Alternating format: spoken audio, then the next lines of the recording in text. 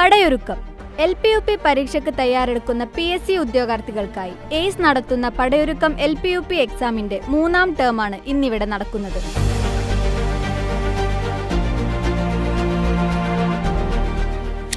Exam അത്യാവശ്യം നല്ല standard questions ആയിരുന്നു. അപ്പം നമ്മൾ ഇനിയും ഒന്നുകൂടി ഇമ്പ്രൂവ് ആവാനുണ്ടെന്ന് തോന്നിയിട്ടുണ്ട്. മുന്നത്തെ 2 എക്സാം എഴുതിയിട്ടുണ്ടായിരുന്നു.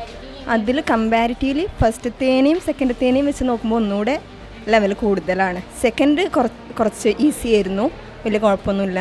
പക്ഷേ ഇത് നമ്മൾ ഇനിയും ഒന്നുകൂടി ഇമ്പ്രൂവ് ചെയ്യാണ്ടെന്ന് മനസ്സിലായി. മുന്നിലാകെ 1 മാസം കൂടിയേ ഉള്ളൂ. അപ്പോൾ ഒന്നുകൂടെ ഡെവലപ്പ് ആവണം, റിപ്പീറ്റേഷൻ വേണം.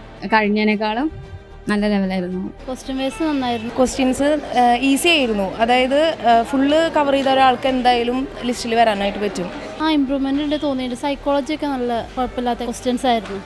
കമ്പാരിറ്റീവ്ലി ഇതാണ് കുറച്ചുകൂടെ സിമ്പിൾ. ബാക്കി കൂടുതലും സ്റ്റേറ്റ്മെൻറ്റ് ലെവലായിരുന്നു, അത് കുറച്ചിട്ടുണ്ട്. ഇപ്പോൾ ഒരു എക്സ്പീരിയൻസ് ആണ്. നമ്മളെ ലെവൽ എന്താ, നമുക്ക് ഏതൊക്കെ വീക്ക് പോയിൻറ്റ്സ് ഉണ്ട് എന്നൊക്കെ അറിയാൻ വേണ്ടിയിട്ട്.